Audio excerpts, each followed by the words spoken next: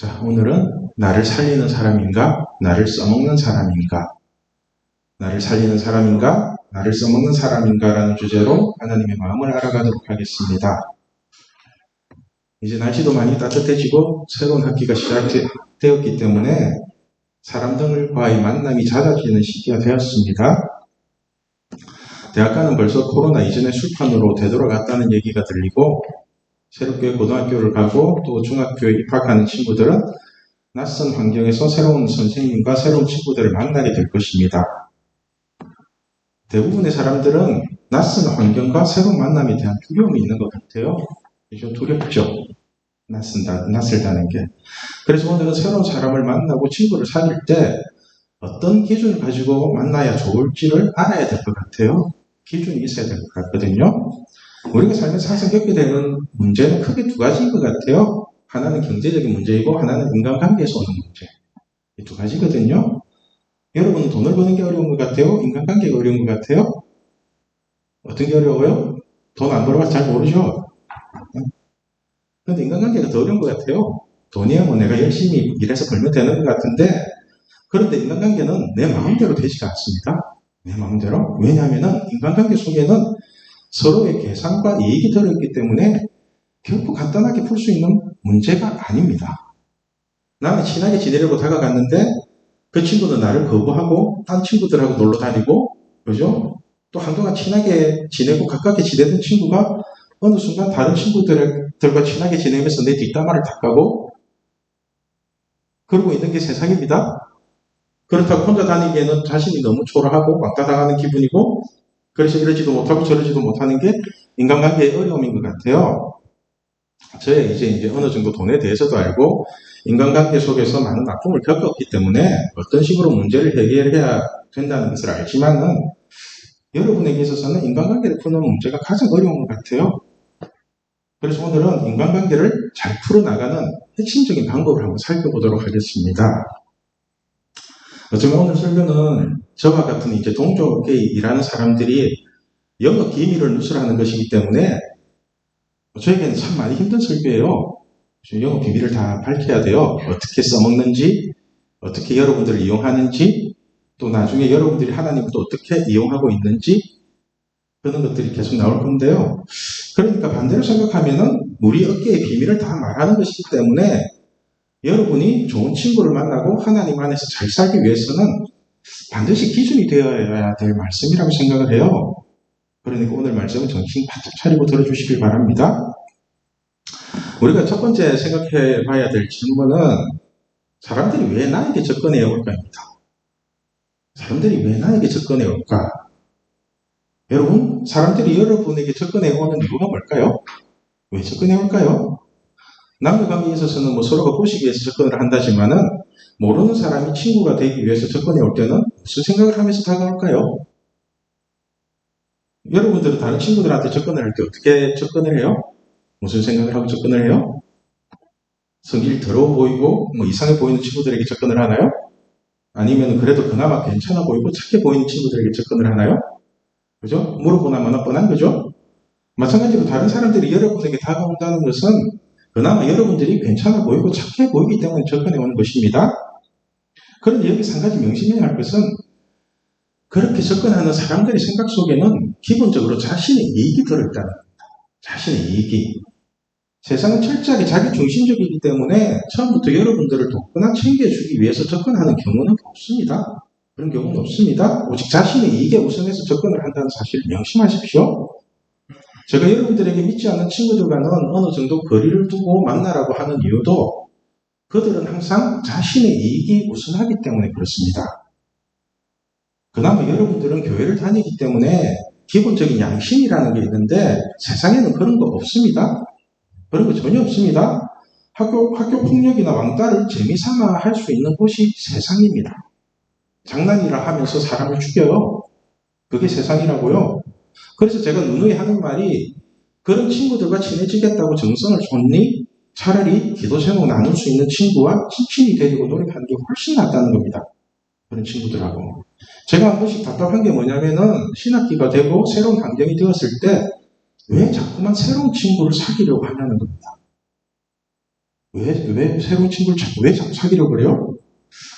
새로운 친구를 사귀려는 그 노력과 그 정성으로 진짜 소중한 한 사람과 찐친이 되는 게 훨씬 좋지 않나요? 그죠? 그래서 새로운 친구를 만나겠다고 여기저기 기웃거리기보다는 혼자서 당당하게 밥 먹고 그냥 자기 할 일 열심히 하고 있으면은 거기에 맞는 새로운 친구가 다가오지 않겠어요? 그냥 자기 할 일 열심히 하고 있어도 돼요. 아니면 혼자서 재밌게 즐길 수 있는 다른 걸 찾으면 되잖아요. 나 혼자서 다른 거 이거 한번 배워볼래? 다른 공부해볼래? 이런 식으로 도서관을 열심히 다녀봐요. 괜찮은 놈들 많아요. 거기. 저는 배달일을 다니면서 사람들과 웬만하면 안 친해지려고 하거든요. 전 사람들하고 친해지는 게 싫어요. 제일 어중간하게 아는 거, 얼굴만 아는데 친한 척 하는 거. 그냥 제 할 일만 열심히 하다가 집에 오거든요. 그런데도 사람들이 저를 싫어하진 않아요. 안 싫어한다고요. 사실 어중간하게 사람들과 친해지면요. 골치 아픈 일들이 더 많이 생깁니다. 왜냐하면은 그 사람들은 나를 살리기 위해서 오는 사람들이 아니라 나를 써먹기 위해서 오는 사람들이기 때문에 그렇습니다. 여러분은 친구가 많으면 좋다고 생각하세요? 친구가 많으면 좋아요? 친구 많으면 뭐가 좋을까요? 제 생각에는 별로 좋을 게 없거든요. 친구 많아서. 저는 어중간하게 아는 사람 100명보다는 진짜 소중한 찐친 한 사람을 더 좋아하거든요. 그래서 웬만하면 사람들을 잘 안 만나고 찐친하고 놀든지 아니면 그냥 집에서 뒹굴뒹굴 하고 있습니다. 뒹굴뒹굴. 제가 한번 혼자가 되는 것을 두려워하고 인간관계를 어려워하는 친구에게 이런 말을 해준 적이 있습니다. 너가 만나는 친구들에게 한 가지 문제만 있다고 쳐도 친구가 10명이 있으면은 그 10가지 문제가 너와 다 얽혀버린다고. 10가지 문제가. 그래서 친구가 많으면 많을수록 그만큼 문제가 많아진다고. 10명의 친구가 있으면 10개의 문제가 터질 거고 100명의 친구가 있으면 100개의 문제가 너를 짓누르게 될 거라고 얘기를 해줬거든요. 여러분, 혼자라는 게 두려워가지고 어중이 떠중이 같은 친구들 많이 사귀게 되면 쓸데없는 문제만 자꾸 생깁니다. 그러느니 혼자 그냥 고독하게 지내면서 자기 문제를 하나씩 풀어나가는 게 훨씬 좋잖아요. 훨씬. 그럼 진짜로 친구가 될 만한 사람이 다가오든지 아니면 예수님이 친구로 다가오신다니까요. 혼자 고독을 즐기고 있을 때 예수님이 다가와요. 그래서 친구가 많으면 많을수록 찐친은 하나도 없고 예수님과 친구가 되기가 어려워지는 겁니다. 자문에도 보면 이런 비슷한 말씀이 있습니다. 잠언 18장 24절 말씀 우리 같이 읽겠습니다. 많은 친구를 얻는 자는 해를 당하게 되거니와 어떤 친구는 형제보다 친밀하니라. 여러분, 많은 친구를 얻는 자는 해를 당하게 된답니다. 그러니까 친구가 많다는 게 결코 좋은 게 아니라는 겁니다. 세상은 화려함과 겉모습만 추구하기 때문에 친구 같지도 않은 친구라도 많으면 좋다고 우리를 속이지만은 그런데 성경은 많은 친구보다는 형제보다도 친밀한 찐친 한 사람이 훨씬 낫다는 겁니다. 그 찐친 한 사람이 훨씬 나아요. 여러분은 찐친이 있습니까? 찐친이 있어요? 여러분 지금 마음속에 찐친하면 누구 떠올라요? 한 사람 떠올라요? 적당히 대충 서로의 이익이 맞아서 놀아줄 친구는 많아도 서로를 위해서 기도해줄 찐친이 한 사람 있어요? 내가 너무 외롭고 너무 힘들고 아플 때 나를 위해 기도해달라고 부탁할 친구가 있는가요? 만약에 그런 친구가 있다면 그 친구를 더 소중하게 생각하시고 더 깊이 있게 친해지시기를 바랍니다. 그렇죠? 그리고 그런 친구가 없다면 지금부터라도 그런 찐친을 한 사람 만드시길 바랍니다. 우리에게 친구가 많다고 좋은 게 아니라 그 중에 서로가 찐친이라고 말할 수 있는 친구가 없다면 그 인생은 진짜 외롭고 초라한 인생입니다.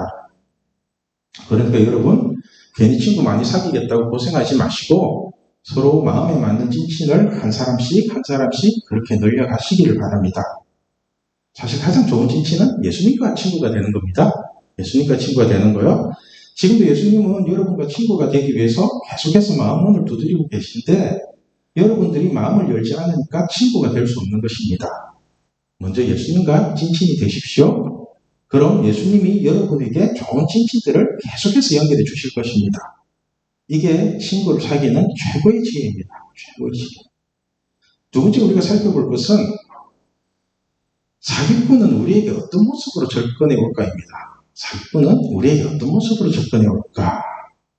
여러분은 사기를 당해보신 적이 있으신가요? 사기 당해봤어요? 저는 사기를 한번 당한 적이 있거든요. 사기를 당하면 기분 더럽습니다. 진짜 기분 더럽습니다. 돈이 아까운 게 아니라 사기를 치는 사람은 어느 정도 잘 아는 사람이거나 나름대로 괜찮은 사람이라고 믿었던 사람이기 때문에 그래요. 그래서 사기를 당하면은 믿는 도끼에 발등 찍힌 것처럼 엄청난 배신의 아픔을 느낍니다. 사람들은 사기꾼이라고 하면은 돈 띠먹고 도망가는 사람만 생각을 하는데 원래 사기라는 것은 남을 속여서 덩쳐먹는 것을 말합니다. 속이는 것 자체가 사기잖아요. 그렇다면 이런 사기꾼은 어떤 모습으로 여러분에게 접근을 할까요? 어떻게 접근할 것 같아요? 막박에 사기꾼이라고 이름 써붙여놓고 올 것 같아요? 그렇죠? 아마도 사기꾼은 여러분의 모든 것을 다 해줄 것처럼 광명한 천사의 모습으로 다가올 것입니다. 고린도서 11장을 보면은 사기꾼이 우리에게 어떻게 접근해 오는지를 정확하게 표현하고 있습니다. 14절 말씀을 보면은 이것은 이상한 일이 아니니라 사탄도 자기를 광명의 천사로 가장하나니. 그죠? 여러분, 사탄도 자기를 광명의 천사로 포장을 해서 여러분에게 접근을 한답니다. 그렇게 접근하는 이유가 여러분들을 살리고 잘해주기 위해서가 아니라 여러분들이 가지고 있는 소중한 것들을 다 빼앗기 위해서 접근을 한다는 것입니다. 그런데 접근하는 방식이 엄청 친한 척을 하면서 여러분을 위하는 척을 하며 그렇게 아주 친한 친구의 모습으로 접근을 한다는 거예요. 제가 우리 동현이한테 있는 말을 한번 해줬어요. 지금 우리 동현이가 낮에는 학교 다니고 밤에는 알바를 하면서 아주 열심히 살고 있는데 제가 동현이에게 학교를 가거든 알바를 한다는 얘기 하지 말고 그냥 있는 듯 없는 듯 투명 인간처럼 지내라고 그렇게 얘기를 해줬거든요. 왜냐하면 지금 동현이는 하나님을 잘 믿기로 작정을 하고 살기 때문에 마귀의 공격이 심하게 들어올 수 있습니다. 마귀의 공격이 이럴 때 마귀가 공격하는 방식이 뭐냐면은 학교 친구들을 이용합니다. 학교 친구들을 예를 들면은 평소에 친하지도 않고 말도 안 걸던 친구들이 동현이 알바에서 돈 번다는 얘기를 듣고 이제는 친한 척을 하면서 동현이에게 밥 사라고 한턱 쏘라고 하면서 돈을 뜯어낸다든지 아니면은 대놓고 빙을 뜯는지 그런 식으로 덤빕니다. 사람들이 참 신기한 게 자기가 해주는 거는 아무것도 없으면서 다른 사람이 돈이 많다는 소리를 들으면은 어떻게든 그 돈을 빨아먹겠다고 덤비는 게 세상입니다.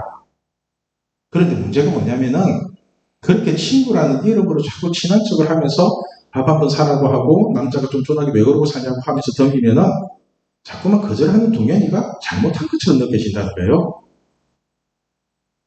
세상은 항상 이런 식으로 여러분들에게 사기를 칩니다. 세상은 잘못한 게 없는 사람에게 뭔가 잘못한 것처럼 구조를 만들어버린다니까요. 여러분들이 생각하기에는 밥 사달라는 친구들이 잘못된 거예요? 밥 안 사주는 동현이가 잘못된 거예요? 그죠? 우리 동현이가 뭘 잘못했어요? 지금 얼마나 열심히 살고 있는데? 그죠? 그러니까 거절하는 사람이 잘못된 게 아니라 뭔가를 해달라고 하는 그 사람이 잘못됐는데 세상은 자꾸만 거절하는 사람이 잘못된 것처럼 만들어버립니다. 제가 여러분들에게 술자리를 가지 말라고 하는 이유도 똑같은 논리입니다. 똑같은 논리. 술자리에 가면은 술 안 맞는 사람을 바보로 만들어버린다니까요. 카페를 가면은 각자 마시고 싶은 차 한 잔씩을 시켜놓고 마시면 되는데 이놈의 술집은 마시고 싶든 마시기 싫든 병채로 한 병 시켜놓고 부어라 마셔라 한다니까요. 그리고는 안 먹겠다는 사람에게 꼭 한 잔씩 권하면서 먹어요. 한 잔 해라. 안 먹어요. 한 잔 해라. 안 먹어요. 그런데 여러분들은 이렇게 술 먹는 사람을 친구로 사귀고 싶으세요? 이렇게 술 마시는 사람을 그런 친구가 좋아요? 그런 친구가 많을수록 여러분 인생이 더 좋아지고 편할 것 같아요. 제가 보기에는 문제만 더 생기고 꼴찌만 나가질 것 같은데 제가 한번 우리 이제 진아에게 한번 물어봤어요. 지금 내가 급해서 그러는데 한 3만 원만 빌려줄 수 있겠냐고. 그렇게 했을 때 너가 거절을 한다면은 누구 잘못 같냐고. 그러니까 진아는 둘 다 아니래요. 둘 다 잘못한 게 아니래요. 그래서 얘기를 해줬죠. 너랑 나랑 뭐 찐친이라서 그렇게 생각을 하는 것 같은데 너에게 돈 빌려달라고 하는 내가 잘못된 거라고. 내가 잘못된 거라고. 거절하는 네가 잘못된 게 아니라 빌려달라고 하는 내가 잘못된 거라고. 이걸 명심하라고. 그죠? 그리고 그렇게 거절한다고 해서 찐친의 관계가 깨진다면은 그건 처음부터 찐친 아니었다고. 지금 제가 무슨 말을 하는지 아시겠죠? 그죠? 여러분, 사기꾼과 친구를 구별하는 방법은 아주 간단합니다. 내가 잘못한 것이 없는데 나를 자꾸 나쁜 사람으로 몰아서 자신의 이익을 챙기려고 한다면은 그 사람은 친구가 아니라 사기꾼입니다. 그러니까 친구나 연인이라는 이름으로 아무리 친한 척하며 다가와도 뭔가 찝찝하고 기분이 안 좋으면은 일단 그 친구를 멀리 하십시오. 일단은 그런 친구를 굳이 만나야 될 이유가 없잖아요. 오늘 말씀의 제목이 나를 살리는 사람인가 나를 써먹는 사람인가, 첫 번째 시간입니다. 오늘 첫 번째 시간에는 세상 사람들이 나를 어떻게 써먹는지에 대해서 한번 살펴보았습니다. 세상 사람들이 여러분에게 접근하는 이유는 기본적으로 자기 이익을 가지고 접근을 합니다. 그래서 항상 친구의 모습으로 접근을 하지만 그 속에는 노략질하는 미리가 들어있을 가능성이 매우 높습니다. 창세기 3장에 뱀이 사람에게 접근하는 것을 보면은 뱀이 우리를 도와주고 우리를 하나님처럼 만들어줄 것처럼 접근을 합니다. 그러나 그 뱀의 실상은 우리를 철저히 속이는 사기꾼이라는 사실을 명심하십시오. 사기꾼이 우리에게 접근할 때는 사기칠 것처럼 접근하는 게 아닙니다. 모든 것을 다 해줄 것처럼 광명한 천사의 모습으로 접근을 합니다. 그래서 누군가가 여러분에게 친구가 되자고 접근을 해온다면은 그 사람의 실상이 무엇인지를 먼저 알아야 됩니다. 그 사람의 실상이, 그 사람이 나를 살리러 오는 사람인지 아니면은 그 사람이 나를 써먹으러 오는 사람인지 그 실상을 봐야 돼요. 이것부터 분별할 수 있는 눈을 기르십시오. 눈을. 한 가지 분명한 것은 세상은 절대로 여러분을 살리려고 접근하는 것이 아니라 반드시 죽이려고 접근한다는 사실을 명심하십시오. 그래서 오늘 본문 10절에 이렇게 말씀합니다. 우리 같이 읽겠습니다. 도둑이 오는 것은 도둑질하고 죽이고 멸망시키려는 것뿐이요 내가 온 것은 양으로 생명을 얻게 하고 더 풍성히 얻게 하려는 것이라. 여러분, 도둑이 오는 것은 도둑질하고 죽이고 멸망시키려는 것뿐입니다. 다시 말해서 사기꾼이 여러분에게 접근하는 이유는 사기치고 죽이고 멸망시키려는 것뿐입니다. 그런데 예수님이 우리에게 오신 이유는 양으로 생명을 얻게 하고 더 풍성히 얻게 하려는 것뿐이랍니다. 그러니까 여러분, 제발 세상의 친구들을 많이 만들려고 하지 마시고 그 노력을 예수님 한 분과 찐친이 되는데 다 쏟아부으십시오. 그럼 천국 가는 그날까지 진짜로 외롭지 않은 인생을 살게 될 것입니다.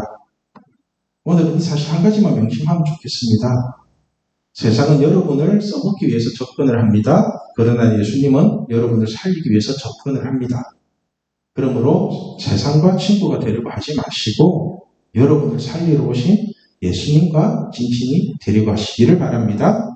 저는 우리 신앙교회 중고등부가 예수님과 진친이 되는 그날이 반드시 오기를 소망합니다. 기도하겠습니다.